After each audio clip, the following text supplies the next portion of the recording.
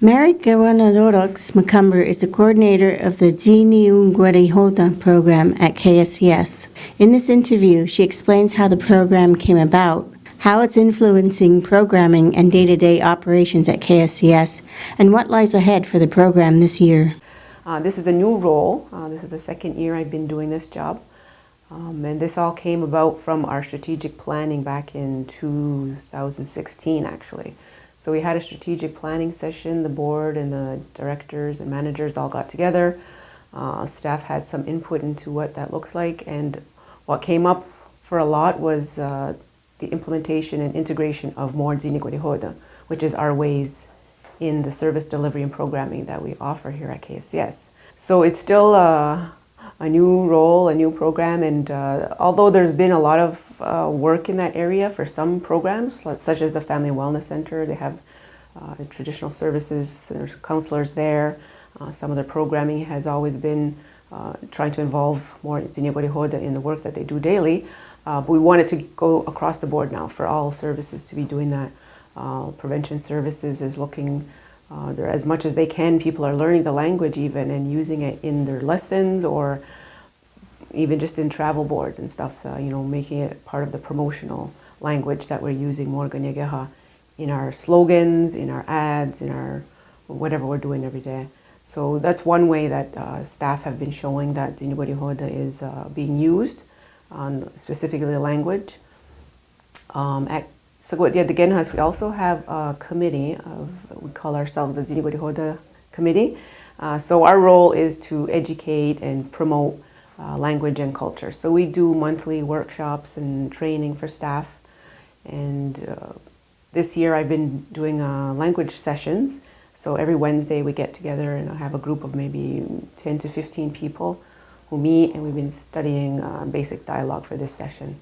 And upcoming after the new year, so now we're going to be starting soon our Unit 2.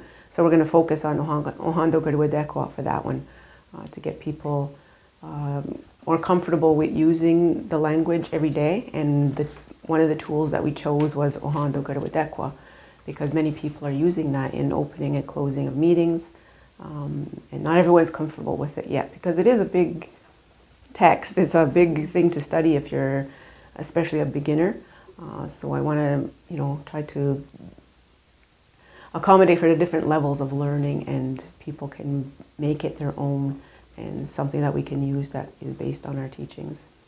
Yes, this year we are in our year 2 now for Niionkwarihò program, and we're very fortunate to get more support, to have another co-worker. So Christine Loft is going to be working with me, and she's starting this year in January. So we're just starting now to get together to work out the work plan details and such, but she'll be helping with a lot of the other, because we're not only just focusing on training and education, that's a big part of it, and Christine is also part of our Niionkwarihò in-house committee. So this is part of something we're already doing together anyway, but what we also want to do is to look more at how we can shore up our system to make it accommodating to accepting and valuing Niionkwarihò in the workplace. So we want to look at different things like how do we incorporate more of that into our performance management tools, people encouraged to do training, even our onboarding process. We have a new onboarding process that HR has been working on, and what we are incorporating is a Niionkwarihò presentation or orientation around, for new workers, native and non-native, because just because we're from town doesn't mean we understand or remember or know all the history, the background, the impact of colonization, for example, So these are all important topics that when coming to work at Niionkwarihò is important for us to have a base knowledge on.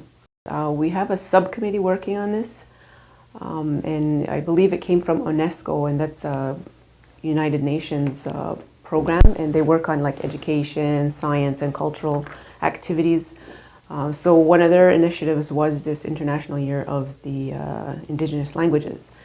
And back in, I forget the years, but when we did the social impact, collective impact meetings, subgroups came out of that. And I've been sitting on the Niionkwarihò network committee, we call it, And we have a Niionkwarihò name too, Niionkwarihò.